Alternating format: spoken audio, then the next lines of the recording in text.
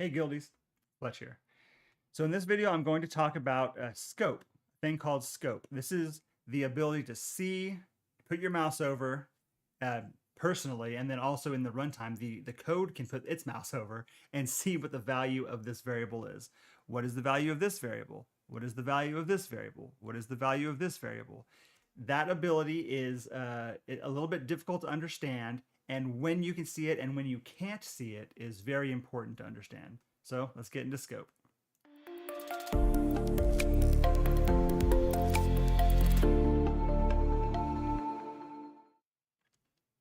All right, so scope means how can we see a variable? Is that variable something I have access to, or is it outside of the scope of my knowledge? That's essentially what scope means. So here we have the age of Joe and the age of Sue. Let's put a breakpoint right here and finish getting the age of Joe, and then we'll take a look at some stuff. So what is the age of Joe? Let's say 50. There we go. The age of Joe is 50. I can see that because I'm essentially at the same level. You can see how many spaces or tabs over I am from the side here. I'm in the main function. All this code is executing all next to each other. So it's all next to each other. Here we're now exiting the method. This is its own thing, and here is a different method. So now let's ask for the age of Sue and see what happens. I'm going to push F11 to step into the function so that we can go through line by line inside of that function. So console.writeLine, what is the age of Sue? Let's open that back up. What is the age of Sue? And as you can see, I'm about to ask it to give me the age of person. Let's go ahead and have it ask me actually, so I can show two different things at once here. So Sue is, say, 30. Okay, so Sue, the age of person who I just asked for, which is Sue, that age of person is 30. I just said 30. But let me bring my mouse up here and take a look at the age of Joe. It's not giving me anything. That's because that is in a completely different scope of something else that happened somewhere else.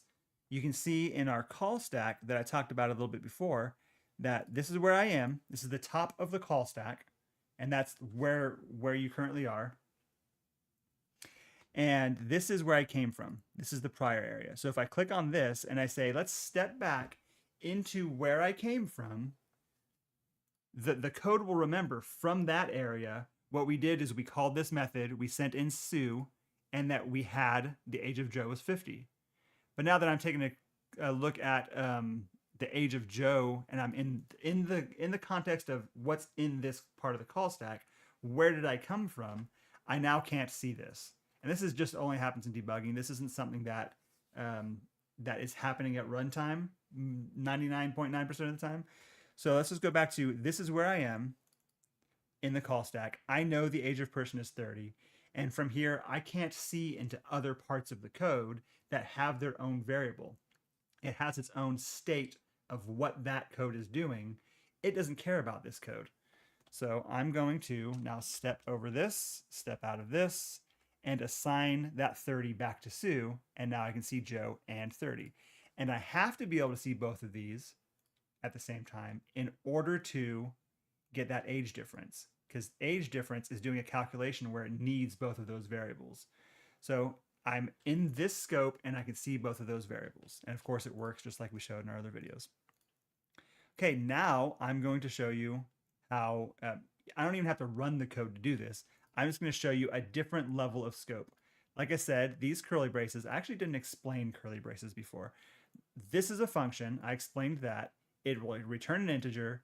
It's called getPersonsAge because that's what I wanted to call it. I'm requiring you to give me a name. Tell me the name of the person's age you want so that I can tell the user. So I'm requiring this. It's called this. I return this. This is what it does. It's all enclosed with what's called curly braces. And this is C style programming. Not all programming languages have this. Python, for example, has different scopes based on like how far over indented it is and other definition things, colons and whatnot. But for C# and most C style languages, what we're talking about is having curly braces. And that encloses the scope of this function. Because if this wasn't enclosed here and this wasn't here, then how would it know that the next thing is just continuing on, or part is if it's part of this or if it's not part of this, or it would get confused. So it's saying we're in this scope of this. If I want, I can just arbitrarily create a scope here. It's not a function name, it's just an arbitrary lower level scope. And if I were to run this, which I can't because it's giving me errors, compile errors. So if I were to run this, if I were able to run this, then you would see that it would enter this, and the moment it left that deeper nested scope and came out to this higher nested scope, then it wouldn't be able to do this. It says, well, whatever you got, that thing that you call Age of Joe, that was something in some deeper scope that we have no access to. It's deeper level than we have access to. On the other hand, if I were to take all of this, put it into a scope, you can see that there's no problem. In this case, it's saying, okay, here's some stuff that's higher level. It's high. This is the base level, the higher level scope, and we are a deeper level. We can see not only our stuff, but we can see up higher levels. We can see the stuff above. It's like the parent level of the scope. And then this is like a child level of a scope. And you can go nested, nested, nested. You can have these nested scopes lower and lower. And they can usually see the stuff that's higher level than them. So this would work perfectly fine. It's a scope. It's important to understand scope because a lot of times you'll get to this situation and you'll say, okay, well, I'm down here. I have age of person. Why don't just while I'm here say age of person plus age of Joe, let's say age of Joe. And that won't work because age of Joe is in a different scope. Even though it's higher up in the file, yes, it's up there. And usually programming goes line by line from top to bottom, left to right. It's usually going in this general order. When you have scopes, then this scope is not part of the order. Like I said in my last video, you don't run this function whenever just the execution line gets to this function. This function is only ran when I tell it to run. And here it is where I tell it to run. I tell it to run right here. And so temporarily it makes a different level of scope. It makes a whole different stack in this case. It makes this area where it can do its own stuff in isolation. And then when it leaves this area, it takes that value that it returned. I'm telling you, it's going to return an int. It's a contract I'm making with you. It's going to take that integer and it's going to assign it back into this variable. So now we have access to that value, just the value that we returned.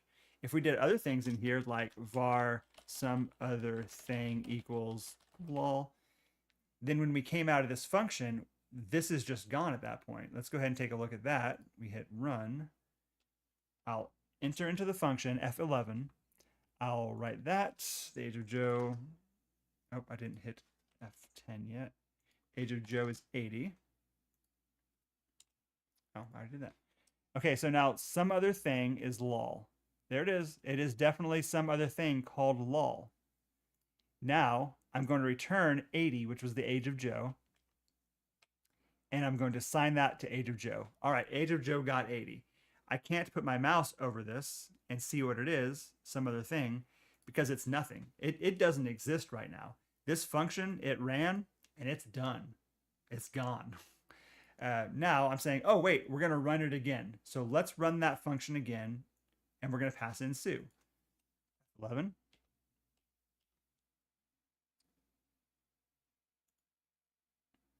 Oh, earlier when I hit 80 and hit enter twice, it remembered that I did that, and so it sent it. Okay. So age of person for Sue is 80. So the age difference is going to be 0 at this point. Some other thing, it doesn't have a value. I haven't told you about what null means, but this is the first time, as far as this function's concerned, that it's ever heard of some other thing. It's ever heard of lol. Because when I've previously ran it for Joe, that function ended. it was done. It returned a value. There's nothing left in it. The scope of some other thing, just it disappeared. So it's gone. So now I will assign lol to it. It's lol again. And I'm going to return Sue's age, which was 80. I'm out of that function now. As far as it's concerned, none of this exists. This scope here doesn't exist. There's nothing else that it's saving inside this function because the scope of that function is gone. So I have age of Joe, age of Sue. It's going to end up being an age difference of 0, obviously. So that's scope. Scope is having to understand when you can see a variable and when you can't see a variable. We'll get into other types of scopes later. We'll get into, for example, just like in mathematical operations where PEMDAS, where you have to have the parentheses and stuff. This can be a scoped area right here, and then out here, plus 0. You can have different scoped areas here. That's another way to do scope. And there's another thing called global scope where you can access it from anywhere in the code. So we'll get into some of those other scopes later on. I hope you like this video. I hope you learned something about scopes, and I hope to see you guys next time. Like and subscribe. Talk to you later.